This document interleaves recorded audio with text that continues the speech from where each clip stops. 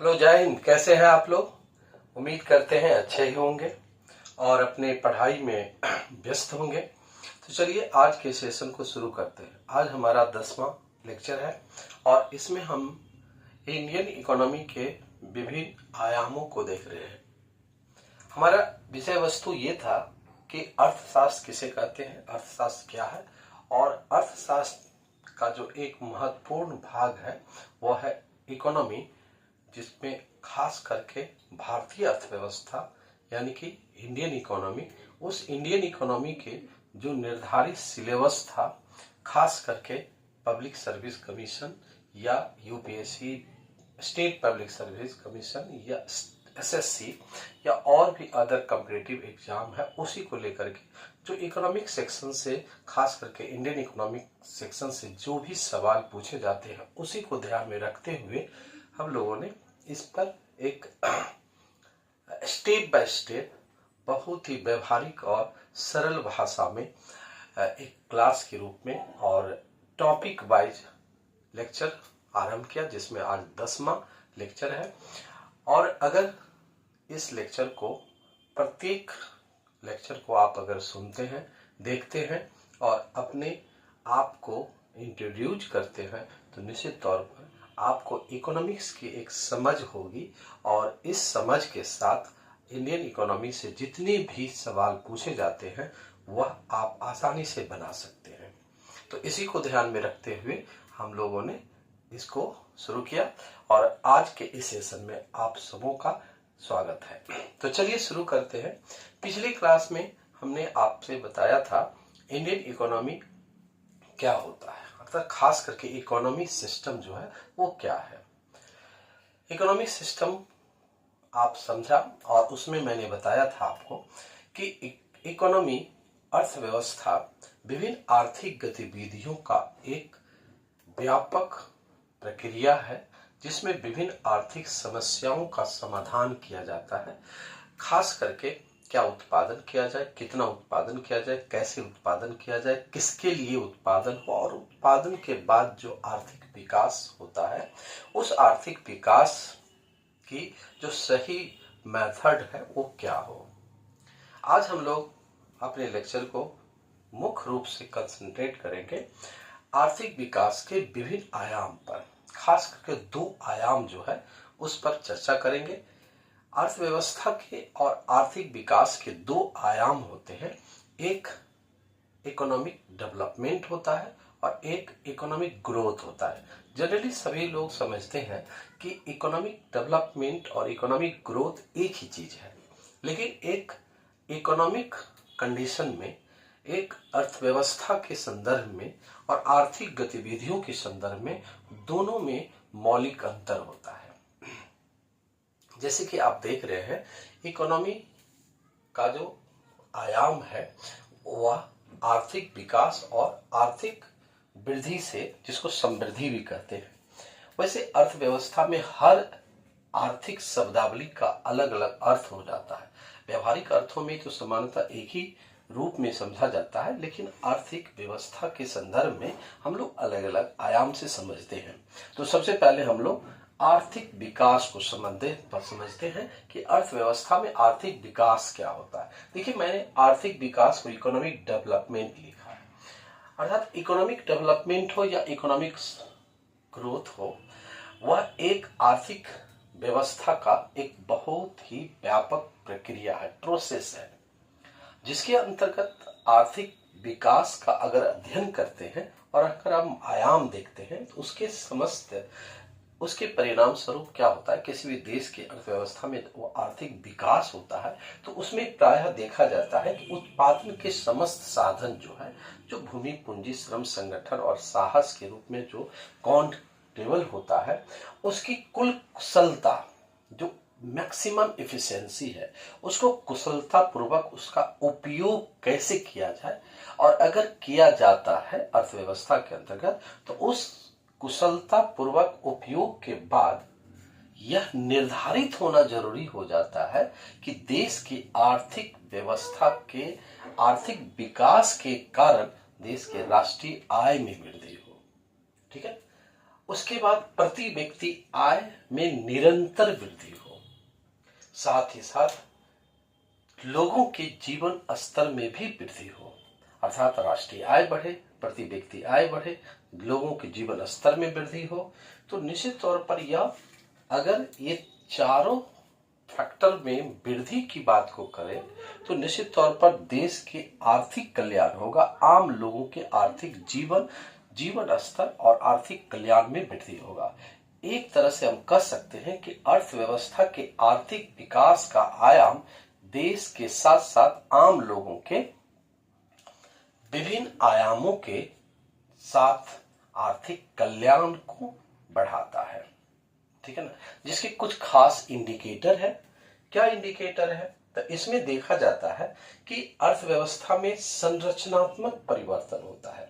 आर्थिक विकास अगर देश की अर्थव्यवस्था में हो रही है तो संरचनात्मक परिवर्तन होगा, वह परिवर्तन पॉजिटिव होता है। दूसरा इंडिकेटर है कि अगर आर्थिक विकास हो रही है तो भारत के ही नहीं बल्कि संसार के और उस देश के मानव विकास सूचकांक, जिसे आप पता है आपको, जो ह्यूमन डेवलपमेंट इंडेक्स है, उसका स्तर में उस देश का बढ़ोतरी होगा, ठीक है ना। तो मानव विकास के सूचकांक में ग्रोथ होता है, वृद्धि होता है। अगर ऐसा होगा तो असमानता जो है अर्थव्यवस्था में या लोगों के बीच में वो कम होगा, असमानता में कमी होती है। और अगर असमानता में कमी होगी तो जीवन स्तर सुधार होगा, जैसे कि शिक्षा का स्तर, स्वास्थ्य का स्तर और भी बेरोजगारी का स्तर, गरीबी का स्तर में दिन प्रतिदिन परिवर्तन होगा। अगर गरीबी है तो कम होगी, उसके संरचनात्मक परिवर्तन होगा, बेरोजगारी है उसके स्तर में कमी होगा, तभी हमारा मानव विकास के सूचकांक में हम ऊपर होते हैं। तो आर्थिक विकास इसका इंडिकेटर है। अगर मानव विकास सूचकांक में हम अगर उत्तरोत्तर वृद्धि कर रहे हैं, अर्थात हमारा जो इंडेक्स है अगर 100 है, तो अगर हम 50 पर आ गए हैं तो निश्चित तौर पर हमारे देश का आर्थिक विकास हो रहा है। एक और इंडिकेटर है जिसमें अगर मानव विकास की सूचकांक अगर वृद्धि हो, बढ़े, ऊपर आए, तो निर्धनता सूचकांक, मातृ मृत्यु दर की सूचकांक, शिशु मृत्यु दर की सूचकांक, सब कुछ बेहतर होता है। यहाँ तक कि साक्षरता का स्तर, मानव के साथ साथ जो सेक्स रेशियो है उसमें भी वृद्धि होगा, साक्षरता दर, यहाँ तक कि जीवन प्रत्याशा की आयु में वृद्धि होगी और कार्य सहभागिता भी जो असमान है उसमें भी कमी होगी। अर्थात कमी का मतलब ये होता है कि पुरुषों के अपेक्षा जो महिलाओं के कार्य करने की जो औसत ज्यादा नहीं है, कम है, तो वो असमानता जो है घटती है। साथ ही साथ अगर आर्थिक विकास हो रही है तो उसमें क्या होता है कि गुणात्मक और मात्रात्मक दोनों परिवर्तन होता है। जैसे कि हमने वहाँ ऊपर में लिखा है कि राष्ट्रीय आय में वृद्धि होने के साथ साथ प्रति व्यक्ति आय में वृद्धि होगा, जीवन स्तर में भी वृद्धि होगा। तो ये बहुत ही कंट्रोवर्शियल स्टेटमेंट हो जाता है। अगर देश की आबादी बढ़ रही है, अगर देश की आबादी बढ़ेगी और राष्ट्रीय आय में वृद्धि भी हो रहा है, तो निश्चित तौर पर आबादी बढ़ने के साथ साथ जो जीवन स्तर है उतना बढ़ना नहीं चाहिए। लेकिन अगर गुणात्मक परिवर्तन होगा तो जीवन स्तर में वृद्धि होगी, अर्थात उत्पादन में भी वृद्धि होगा, राष्ट्रीय आय में वृद्धि होगा, जनसंख्या में भी वृद्धि होगा और जैसे ही उसके जीवन स्तर में सुधार हो जाएगा। लेकिन वन साइडेड अगर होगा, राष्ट्रीय आय बढ़ रहा है लेकिन जिस अनुपात में राष्ट्रीय आय बढ़ रही है उससे ज्यादा अनुपात में जनसंख्या बढ़ रही है, तो प्रति व्यक्ति आय बढ़ने के बजाय घट जाएगी। और अगर प्रति व्यक्ति आय बढ़ रही है और जनसंख्या में कमी हो रही है, ग्रोथ नहीं हो रहा है, जनसंख्या में जो गुणात्मक वृद्धि होना चाहिए वो नहीं हो रहा है, तो वह भी निगेटिव होता है, वह भी विकास का द्योतक नहीं होता है। तो आर्थिक विकास का मतलब होता है कि हमारे देश के राष्ट्रीय आय में वृद्धि के साथ साथ क्या होना चाहिए, हमारे राष्ट्रीय आय में वृद्धि के साथ साथ देश के प्रति व्यक्ति आय में भी वृद्धि हो, साथ ही साथ देश की जीवन स्तर में भी, लोगों के जीवन स्तर में भी सुधार हो। क्लियर? एक और चीज देखा जाता है कि अगर राष्ट्रीय विकास हो रहा है, अर्थव्यवस्था में विकास हो रहा है, तो इसका संबंध लोगों के कल्याण से है, अर्थात वेलफेयर होगा। वेलफेयर संबंधी जो इंडिकेटर है, जैसे वेलफेयर में लोग आत्मनिर्भर होंगे, लोगों का कल्याण होगा, अर्थात उसके हाउसिंग जो स्टैंडर्ड है वो बढ़ेगा, उसके जीवन प्रत्याशा में वृद्धि होगी, स्वास्थ्य स्तर बेहतर होगा, साक्षरता स्तर बेहतर होगा, और क्या सरकार के द्वारा यह कार्यक्रम जो होता है उसका लाभ, उसका बेनिफिट पॉजिटिव होगा। ठीक है, तो आर्थिक विकास को हमने समझा। दूसरी तरफ अर्थव्यवस्था के विकास के और अर्थव्यवस्था के आर्थिक विकास का जो आयाम है, दूसरा पहलू है आर्थिक समृद्धि। समृद्धि में क्या कहा जाता है कि अगर समृद्धि अगर हो रही है तो इसके तहत क्या होगा, प्रति व्यक्ति वास्तविक आय में वृद्धि होगी, वहां वन साइडेड हो जाएगा, अर्थात राष्ट्रीय आय में वृद्धि हो रहा है या नहीं हो रहा है इससे कोई मतलब नहीं है, सिर्फ प्रति व्यक्ति आय में वृद्धि हो रही है। अब सोच सकते हैं प्रति व्यक्ति आय तब भी बढ़ सकता है जब जनसंख्या घटेगी, अगर जनसंख्या घट रही है तब भी प्रति व्यक्ति आय में वृद्धि होगी, तो ये पॉजिटिव नहीं होता है, ये अधूरा है तो अच्छा कि एक व्यक्ति का औसत आय अगर 1 लाख रुपया है, अगर वह 1.5 लाख रुपया हो गया है, तो इसके पीछे 2 कारण हो सकता है। एक कारण तो होगा कि देश का जो राष्ट्रीय आय है वो बढ़ा है, इसलिए 1 लाख की अपेक्षा 2 लाख हो 1.5 लाख हो गया, और अन्यथा 1.5 लाख इसलिए हुआ कि जनसंख्या जो है वो घट गई है, क्योंकि राष्ट्रीय आय में अगर जनसंख्या से डिवाइड करते हैं तभी पर कैपिटा इनकम निकलता है। तो इस तरह से हम ये कह सकते हैं कि समृद्धि का मतलब होता है कि राष्ट्रीय आय नहीं बल्कि प्रति व्यक्ति वास्तविक आय में या शुद्ध आय में वृद्धि होगी। साथ ही साथ भौतिक उत्पाद में वृद्धि होती है। भौतिक उत्पाद का मतलब होता है उत्पादन में वृद्धि हुआ, ठीक है, लेकिन अर्थव्यवस्था के सकल राष्ट्रीय उत्पाद, सकल घरेलू उत्पाद और प्रति व्यक्ति में वृद्धि हो रही है यदि माना जाता है कि देश का आर्थिक समृद्धि हो रहा है। यही माना जाएगा कि देश का आर्थिक समृद्धि हो रहा है। आर्थिक विकास की अपेक्षा आर्थिक समृद्धि जो है एक पूर्व की धारणा है। आर्थिक विकास से पहले आर्थिक समृद्धि होना जरूरी है। आर्थिक विकास से पहले आर्थिक समृद्धि होना जरूरी है। एक और इंडिकेटर है इसमें, क्या है, यह उत्पादन में वृद्धि होने वाले वृद्धि से संबंधित है, अर्थात यह उत्पादन में वृद्धि हो रहा है, ठीक है, यह भी पॉजिटिव है। उत्पादन में वृद्धि हो रहा है तो देश के रोजगार में वृद्धि होगा, नई नई फैक्ट्रियां लग रही है, लोगों के प्रति व्यक्ति आय में वृद्धि हो रहा है। लेकिन यह जरूरी नहीं है कि उत्पादन वृद्धि हो रहा है इसका मतलब है कि सप्लाई जो है वो बढ़ी इसलिए गया है कि क्योंकि डिमांड घट गया है। डिमांड घटा है तो हो सकता है कि प्रति व्यक्ति आय, लोगों के पास पैसा जो है, क्वांटिटी ऑफ मनी घट गया है, या लोग का जो डिमांड है, जितना डिमांड पहले होता था वो कम हो रहा है, ये भी हो सकता है। लेकिन यहां पर हम पॉजिटिव चीज देखेंगे कि हम उत्पादन में वृद्धि कर रहे हैं तो आर्थिक समृद्धि कर रहे हैं। दूसरी तरफ अर्थव्यवस्था में वृद्धि की जीडीपी, उपभोग, सरकारी व्यय, निवेश, निर्यात के आधार पर मापा जाता है। अर्थात अर्थव्यवस्था में जो वृद्धि होती है, समृद्धि होती है, वह जीडीपी में वृद्धि, निवेश में वृद्धि, सरकारी निवेश, खासकर निवेश का मतलब होता है सरकार के द्वारा जो इन्वेस्टमेंट है उसको निवेश करते हैं, जिससे कैपिटल फॉर्मेशन हो। निर्यात के में वृद्धि या कमी हो रही है, उससे आर्थिक समृद्धि को मापा जाता है।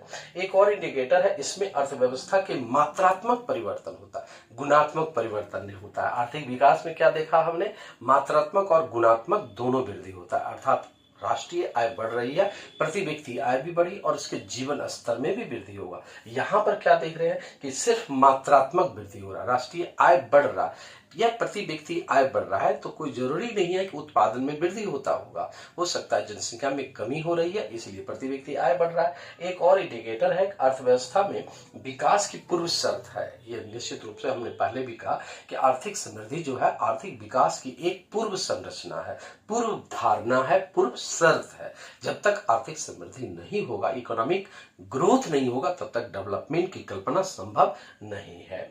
यह अर्थव्यवस्था के सकल घरेलू उत्पाद में होने वाली मात्रात्मक वृद्धि को बताता है। एक तो परिवर्तन को भी बताता है, मात्रात्मक परिवर्तन, मैंने यहां लिखा मात्रात्मक परिवर्तन, हो सकता है कम भी हो रहा है या घट रहा है, परिवर्तन होगा, वेरिएशन हो रहा है। लेकिन साथ ही साथ यह दिखता है कि क्वांटिटेटिव डेवलपमेंट या ग्रोथ हो रहा है, इंक्रीजमेंट हो रहा है, उत्पादन में वृद्धि हो रहा है या प्रति व्यक्ति आय बढ़ रहा है, कोनो एक ही चीज होगा, ठीक है। तो इस तरह से आज के इस विकास के आयाम को, 2 विकास के आयाम है, एक आर्थिक विकास और दूसरा है आर्थिक समृद्धि। तो आर्थिक विकास और आर्थिक समृद्धि में हम लोग डिफाइन किया, अंतर को देखा।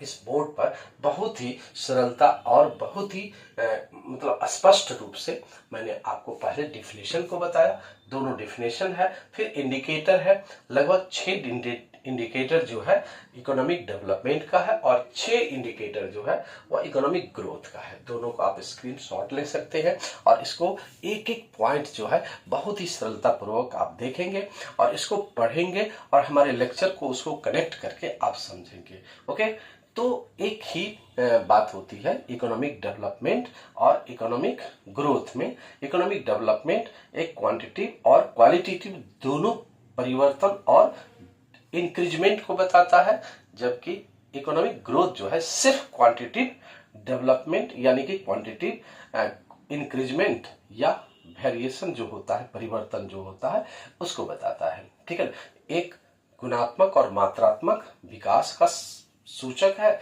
जबकि मात्रात्मक जो है वो सिर्फ समृद्धि का सूचक है। ठीक है, तो एक आज के इस लेक्चर को यही खत्म करते हैं और आज का लेक्चर हमारे लिए तो अच्छा ही है कि आप इसको देखेंगे और उम्मीद करते हैं कि इस वीडियो को शुरू से अंत तक देखेंगे। और एक ही रिक्वेस्ट है कि हमारे इस चैनल को आप सब्सक्राइब करें और ऊपर में लिंक दिया हुआ है @Dr. वीरेंद्र मेहता, ठीक है, 1837, ठीक है, इसको सब्सक्राइब करिए और कैसा लगता है हमें जरूर कमेंट कीजिए। और आज के सेशन को इसी शुभकामना के साथ खत्म करते हैं। जय हिंद, नेक्स्ट क्लास में मिलते हैं।